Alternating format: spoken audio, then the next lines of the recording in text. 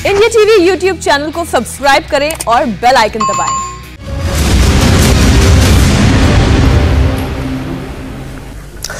नमस्कार, आप सबका बहुत बहुत स्वागत है। मैं हूं सौरभ शर्मा। मुश्किल वक्त है, बहुत मुश्किल, और इस मुश्किल वक्त में हुआ है चुनाव। 8 फेज में 27 मार्च से 29 अप्रैल तक बंगाल का चुनाव हुआ। बंगाल में कोरोना तो बढ़ा है, लेकिन वोटिंग प्रतिशत भी बढ़ा। शुरुआती 6 फेज में औसतन 80% वोटिंग हुई है, जिससे यह लगता है कि चुनाव में लोगों की बहुत दिलचस्पी है। आखिरी 2 फेज में कोरोना का जब सबसे ज्यादा असर रहा, बंगाल चुनाव में ममता बनर्जी का व्हील चेयर पर चुनाव प्रचार भी देखा गया। बीजेपी के बड़े बड़े नेताओं का बंगाल में शक्ति प्रदर्शन देखा। चुनावी हिंसा भी देखी। लगभग हर रोज आरोप प्रत्यारोप की राजनीति देखी। अब सवाल यह है कि बंगाल में खेला होबे या परिवर्तन होबे।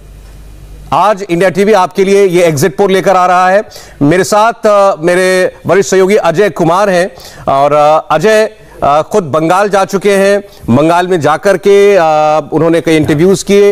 इसके अलावा बंगाल की चुनाव की एक एक खबर पर उनकी नजर रही है, और अजय कुमार जाने जाते हैं अपने सटीक विश्लेषण के लिए। तो आज अजय कुमार का विश्लेषण आपके सामने होगा। स्वागत है अजय आपका। धन्यवाद सौरभ। लेकिन इसमें कोई शक नहीं है कि यह मुश्किल दौर अपने आप में हम सबों के लिए कई चुनौतियों को लेकर आया है। और अगर आप देखें तो इस बार की जो 4 राज्य और 1 यूनियन टेरिटरी का जो चुनाव हुआ है, इसने विषम परिस्थितियों को सामने रखा है। अगर आप 12 अप्रैल तक की बात करें तो ऐसा लग रहा था कि इस देश में चुनाव के अलावा कुछ नहीं है, कुछ भी नहीं, सब कुछ सपाट था। महाराष्ट्र में कोरोना का महाकाल था, लेकिन चुनाव बदस्तूर जारी थे। लेकिन जैसे ही बंगाल में चौथे फेज का इलेक्शन खत्म हुआ, उसके बाद से पूरे बंगाल में ही नहीं, देश भर में सिर्फ और सिर्फ कोरोना की धमक थी। कोई चुनाव की बात नहीं कर रहा था। लेकिन इसके बावजूद बंगाल की जनता के लिए वाकई में सर झुक जाता है, और यूं कहें तो एक तरह से सर उठ भी जाता है। एक तरफ बड़ी लापरवाही दिखी बंगाल में, जहां कोरोना काल में लोग अपने आप को बचा नहीं रहे थे, कोरोना के तमाम प्रोटोकॉल्स का पालन नहीं कर रहे थे। सर्वोत्साह इसलिए है कि जिस बड़े पैमाने और उत्साह के साथ लोगों ने मतदान किया, वो बताता है कि लोगों की आस्था डेमोक्रेसी में, यानी कि हमारे लोकतंत्र में कितनी बड़ी है सौरभ। बिल्कुल, तो बिल्कुल, इस पूरे मामले को अगर देखें तो बहुत ही अलग और विचित्र तरह का चुनाव है। कम से कम अपने पूरे करियर में मैंने ऐसा चुनाव अभी तक नहीं देखा। और आज जो नतीजे आएंगे, क्या उसके बाद भी आपसे कह पाएंगे कि ऐसे नतीजे भी आपने देखे या नहीं देखे? एग्जिट पोल के नतीजे, माफ कीजिएगा, एग्जिट पोल के नतीजे, चुनाव के नतीजे नहीं। पंकज भार्गव भी हमारे साथ हैं, और पंकज भार्गव खुद बंगाल की राजनीति में बड़ी दिलचस्पी भी रखते हैं। और मैं आपको बता दूं, ये रहने वाले हिमाचल प्रदेश के हैं, लेकिन बड़ी फर्राटेदार बंगाली बोलते हैं, समझते हैं। तो इसलिए बंगाल के इलेक्शन में इनका अपना बड़ा इंटरेस्ट रहा है। जो भी कुछ जितने भी चरणों के अंदर फेरबदल हुए, उन सब पर उनकी भी खास पकड़ रही है। तो पंकज, आज के एग्जिट पोल आपको लगता है चौंकाने वाला होने वाला है? बिल्कुल, एग्जिट पोल चौंकाने वाला है। और आपने चूंकि मेरा जिक्र किया, मैं हिमाचल से हूं, लेकिन मेरे नेबर्स जो हैं वो बंगाली रहे हैं, तो मेरा बहुत दिलचस्पी हमेशा से बंगाल की संस्कृति, बंगाल की पॉलिटिक्स, इन सब में रही है। और सौरभ, और जैसा कि आपने बताया, अजय ने बताया, बहुत मुश्किल वक्त में यह चुनाव हुआ है पूरे 5 प्रदेशों में। लेकिन अगर बंगाल की खास तौर पर बात करें तो हमने देखा ओवर द पीरियड की कितनी बड़ी संख्या में इस बार लोग जो हैं वो वोट देने के लिए, अपने मत का प्रयोग करने के लिए आए। और जिसका देखना होगा कि कितना फायदा दोनों पार्टीज को होता है, खासतौर पर बीजेपी और तृणमूल कांग्रेस को होता है, यह आने वाला वक्त बताएगा। लेकिन आज एग्जिट पोल जो होने जा रहा है, वो अभी तो हम जब आंकड़े दिखाएंगे तो वो 0 होगा, क्योंकि अभी वो कैलकुलेशन शुरू हो गई है। लेकिन वो भरना तब शुरू होगा जब, चूंकि चुनाव आयोग के सख्त निर्देश हैं, तो ऐसे में उसका पालन करना होता है। तो आज कम से कम ये पोजीशन क्लियर होगी कि किसकी सरकार बनने जा रही है पश्चिम बंगाल में। अजय, अब आपने तो इतने चुनाव देखे, कवर किए हैं, इस किस्म के जब पोल होते हैं तो उसमें व्यक्ति की सबसे बड़ी दिलचस्पी ये होती है कि क्या ये क्लियर कट सरकार बनने की ओर कोई इशारा दे रहे हैं या कोई गड़बड़ वाला मामला है? बंगाल में अब तक ऐसा कभी कुछ हुआ नहीं है। बिल्कुल, अगर देखा जाए तो 2010 के बाद से जो हमारे देश की राजनीति है, उसमें मूलभूत परिवर्तन हमने देखा है। गड़बड़ वाले चुनाव आमतौर पर बड़े अब कम होने लगे हैं। उसके बाद से अब एक तरफा चुनाव होने लगा। लोगों ने अपने मत को बिल्कुल एक तरफ रखा है। या तो एक राजनीतिक दल या उसका विरोधी राजनीतिक दल, बीच में कहीं स्थिति होती नहीं। जिन हम राज्यों की आज चर्चा कर रहे हैं, इन राज्यों में सबसे पहले अगर हम बंगाल की बात करें तो अभी भी कभी भी इस तरह की स्थिति सामने आई नहीं जहां पर कि गठजोड़ की सरकार बनने की स्थिति हो। अगर आप तमिलनाडु की बात करें तो वहां पर भी एक तरफा ही होता रहा है और ये ऐतिहासिक तौर पर आप देख सकते हैं। केरल में भी गठबंध जैसी स्थिति बहुत कम आई है और जो आई है वो 70 के दशक में आई है, उसके बाद से ऐसी स्थिति आई नहीं है। वहां तो कोलिशन से इतने गठबंध है, इतनी पार्टियां हैं दोनों तरफ। बिल्कुल, लेकिन वो जो आप जो एक बड़े बड़े गठजोड़ जो हैं उनको देखें तो गठजोड़ की जीत होती है। बिल्कुल, और वो अपने आप में एक पारंपरिक स्तर रहा है। और असम की बात करें तो वहां पर भी अभी कोalition सरकार की स्थिति अभी तक आई नहीं है जब से असम में चुनाव शुरू हुए हैं राज्य के तौर पर। तो बड़ी ही एक तरह से स्पष्टता से ये कहा जा सकता है, कम से कम मैं ये कह सकता हूं कि इस बार बंगाल को लेकर उहापोह की स्थिति चाहे कितनी भी हो, लेकिन मुझे ऐसी उम्मीद है, जो अभी तक मेरा तजुर्बा कहता है, कि चुनाव के जो नतीजे आएंगे वो एक तरफा ही होंगे, चाहे हम उसके बारे में कितना विश्लेषण क्यों ना करें। अजय सौरभ, मैं एक चीज अजय से और जानना चाह रहा था। इस बार हमने चुनावों में देखा, पहले 5 फेज की अगर मैं पश्चिम बंगाल के परिप्रेक्ष्य में बात करूं अजय, तो हमने देखा कि बड़ी संख्या में लोग बाहर निकले अपना मत का प्रयोग करने के लिए। तो ये एक बहुत वेलकम चेंज हमने पश्चिम बंगाल, यानी बहुत निडर होकर बिना किसी डर के वो निकले। लेकिन बाद में जिस तरह से कोरोना ने पूरी स्थिति बदल कर रख दी, तो फिर शायद बाकी 3 फेजेस में थोड़ा कम जरूर हुआ होगा। बहुत ज्यादा कम नहीं पंकज, और यही अभी मैं कुछ देर पहले दर्शकों को इस बात के लिए कह रहा था कि हमें बंगाल की जनता का वाकई में एक तरह से उनके हौसले और जज्बे की दाद देनी पड़ेगी कि कोरोना के इस महाकाल के दौरान 70% से ज्यादा मतदान अपने आप में बताता है कि लोगों में लोकतांत्रिक मूल्यों के लिए कितनी जुझारूता है। और ये अपने आप में प्रदर्शित करता है कि लोग बड़े पैमाने पर आज भी बाहर निकलकर मतदान कर रहे हैं। एक और बात हमें गौर करनी चाहिए यहां पर, हिंसा जिसकी चर्चा हम लगातार बंगाल के साथ करते रहे, 1967 के बाद से यह पहला चुनाव है बंगाल में जहां इतनी कम हिंसा हुई है। वरना हिंसा की जो खबरें आती थी बंगाल से वो लोगों को हतप्रद कर देती थी। और ये हैरानी की बात है कि जिन केंद्रीय बलों की वजह से इस बार ये चुनाव काफी हद तक शांतिपूर्ण हो पाया, वही खुद चुनावी मुद्दा एक बन गया। पश्चिम बंगाल में आज आखिरी और 8वें चरण का मतदान भी हो रहा है, आपको बता दें। और शाम 4 बजे तक बंगाल में 69% मतदान, 69% मतदान हो चुका है। तो यानी ये दौर भी लगभग उसी बॉलपार्क परसेंटेज फिगर की ओर जा रहा है, 70, 75, 80% के करीब। बंगाल चुनाव के आखिरी दौर में आज 35 सीटों पर वोटिंग हो रही है। अब तक सबसे ज्यादा बीरभूम में 74% वोटिंग हुई है। सबसे कम मतदान कोलकाता नॉर्थ में देखा गया है, जहां पर 52% मतदान हुआ है। आपको बता दें, पिछले दौर में भी कोलकाता में जिन सीटों पर चुनाव हुए थे, बाकी राज्य के मुकाबले वहां पर कम वोट पड़े थे। मालदा वहां पर 71% और मुर्शिदाबाद में भी 71% मतदान हुआ है अभी तक। तो ये आंकड़ा जो है और आगे बढ़ने जा रहा है। हमारे साथ बात करने के लिए अब कुछ राजनीतिक मेहमान भी जुड़ रहे हैं। अपराजिता सारंगी जी भारतीय जनता पार्टी से हमारे साथ हैं, सुरेंद्र सिंह राजपूत जी कांग्रेस पार्टी के प्रवक्ता हमारे साथ हैं, और संजय शर्मा जी टीएमसी के प्रवक्ता, वो इस वक्त हमारे साथ हैं। अब चूंकि इस बार चुनौती झेल रही है ममता बनर्जी, तो मैं संजय जी आपके पास आना चाहता हूं। अब ये आप अभी तो पोल है और पोल के नतीजे थोड़ी देर में सामने आ जाएंगे, लेकिन आपकी पार्टी अभी भी वो 2/3 जीत के दावे पे कायम है?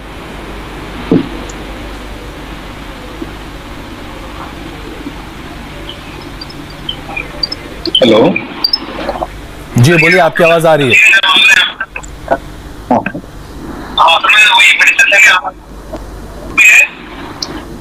उन तक शायद हमारी आवाज नहीं, उन तक शायद आवाज जा नहीं रही है। ये 2/3 का जो दावा तृणमूल की तरफ से था, ठीक ऐसे ही दावा बीजेपी भी कर रही थी। तो मैं यही सवाल अपराजिता जी आपसे पूछना चाहता हूं, आपके एस्टिमेट में आज आखिरी दौर के मतदान में कुछ फेरबदल हुआ या अब भी वही है 200 पार? बिल्कुल 200 पार। बहुत विनम्रता के साथ लेकिन बहुत आत्मविश्वास के साथ भारतीय जनता पार्टी की प्रवक्ता होने के नाते कह रही हूं कि हम सरकार बनाने जा रहे हैं पश्चिम बंगाल में। और हमने जो मेहनत की है, हमने जो सांगठनिक स्तर पे मेहनत किया है, हमने जो लोगों के घर में जा जाकर उनसे बातचीत की है, उनका विश्वास, उनकी आस्था जीतने की कोशिश की।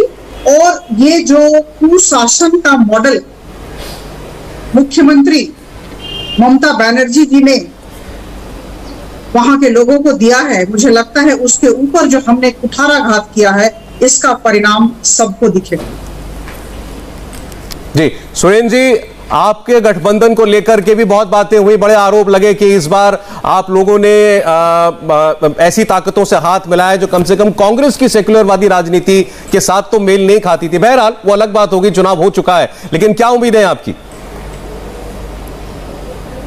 आज मुझे सच में एक अजीब से फीलिंग आ रही है इसमें कि हम लोग कहीं ना कहीं, पूरा देश इस वक्त कोरोना की महामारी से जूझ रहा है। इस वक्त ऑक्सीजन की कमी है, इस वक्त दवा की कमी है, इस वक्त सरकार जो है अपने कामों में कामयाब नहीं हो रही है, और सारी की सारी चीजें होते हुए आज इस वक्त इस पर बहस हो रही, कौन जीतेगा कौन नहीं जीतेगा। जीत जाए जिसको जीतना है, हमें बहुत विशेष उस पर वो नहीं है। हम बहुत साफ सी बात बताते हैं कि होगा तो वही जो वो मतपत्रों पे होगा या जो ईवीएम मशीन में होगा। माफ कीजिए सुरेंद्र जी, लेकिन क्या ये बात आप बड़े दावे के साथ केरल के लिए भी कहना पसंद करेंगे? क्या यही बात आप तमिलनाडु के लिए कहना पसंद करेंगे? क्योंकि ऐसा लगा नहीं कि बंगाल में बहुत ज्यादा आपका स्टेक पर था।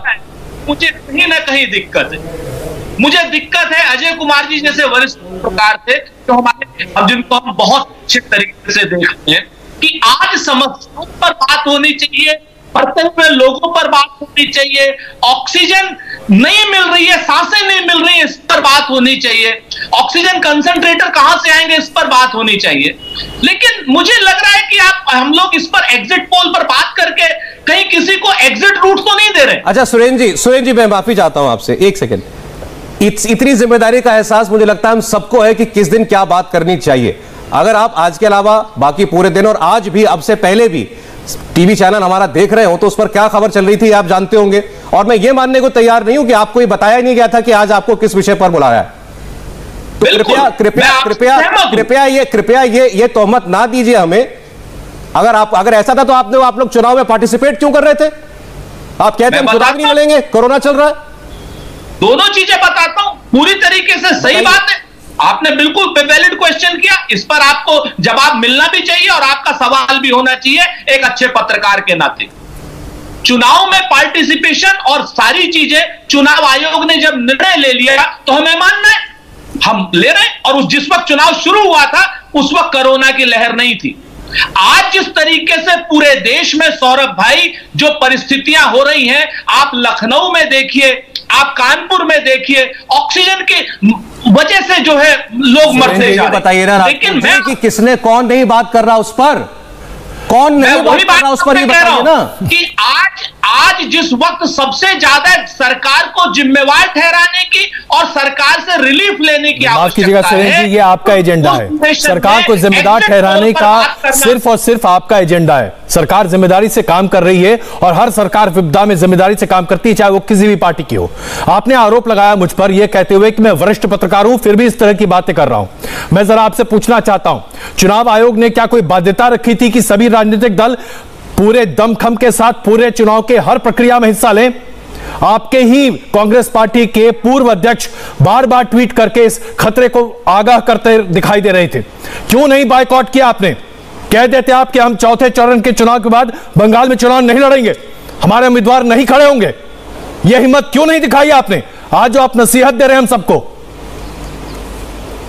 ठीक है, बिल्कुल सही कहा अजय भाई, आपने करना चाहिए, सबको करना चाहिए, पर क्या आपको नहीं करना चाहिए? जब हम आपको बात कह रहे हैं तो आपको बात इतनी बुरी लग जा रही है कि आप चुनाव के बायकॉट। बिल्कुल, क्योंकि आरोप लगाना अलग बात है। सुरेंद्र जी माफ कीजिएगा, बड़ी विनम्रता से जितना वक्त आपने राजनीति में गुजारा है उतना ही वक्त लगभग मैंने भी पत्रकारिता में गुजारा है, और इस बात को बड़े अच्छे से आपको भी समझना चाहिए सुरेंद्र जी।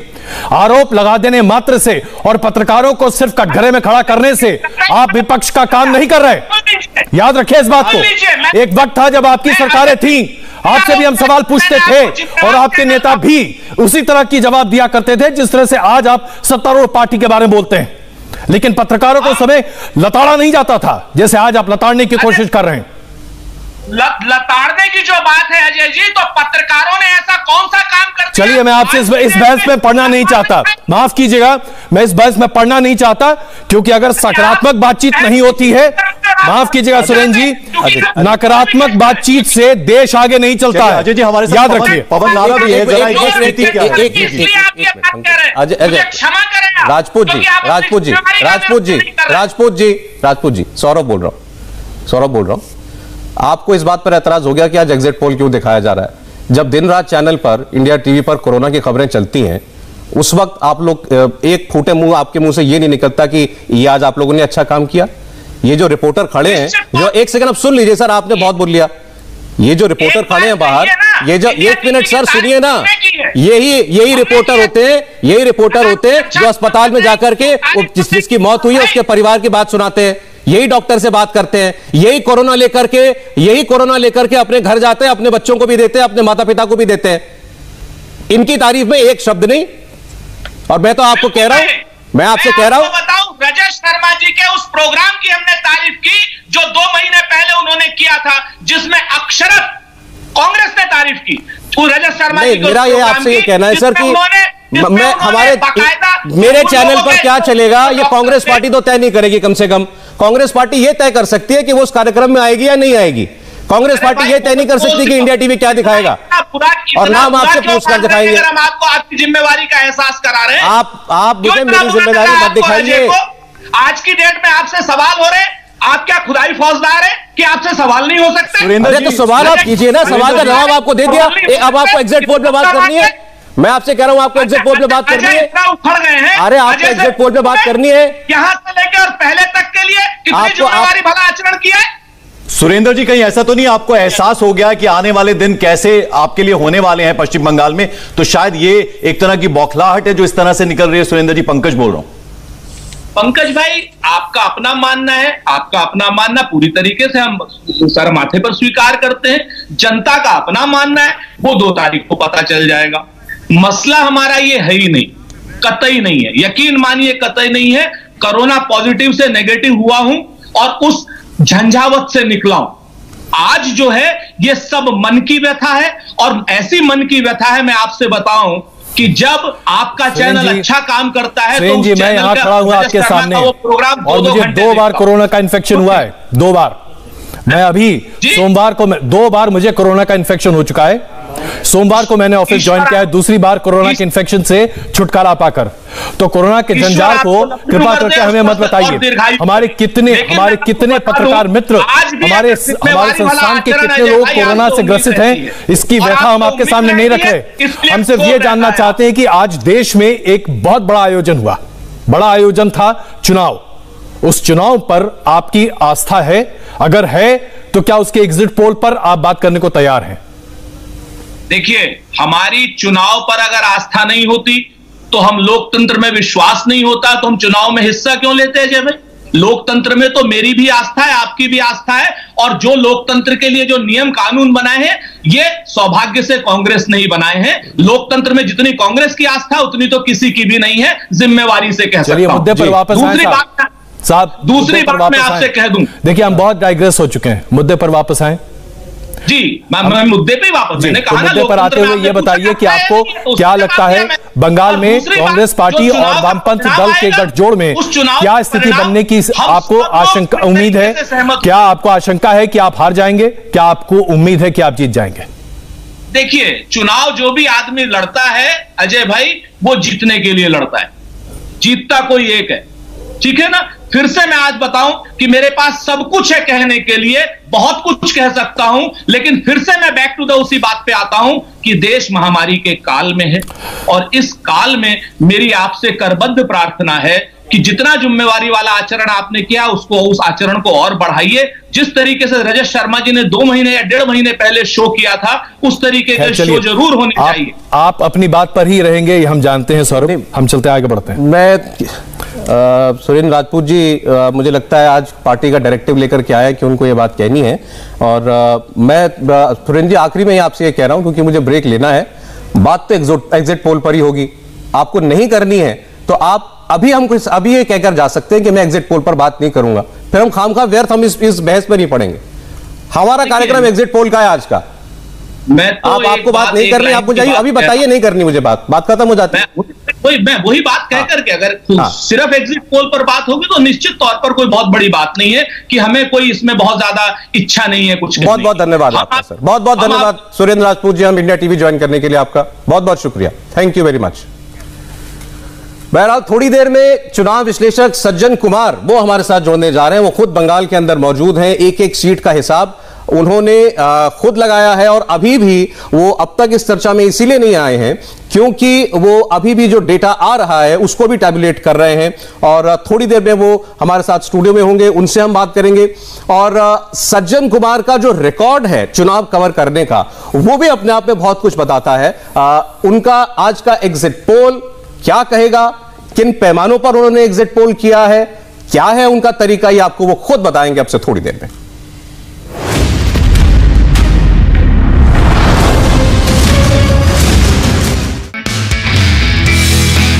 नमस्ते, मैं हूं मीनाक्षी जोशी। वीडियो और खबरों से अपडेट रहने के लिए India TV YouTube channel subscribe करें, बेल आइकन दबाना ना भूलें। जुड़े रहें इंडिया टीवी के साथ।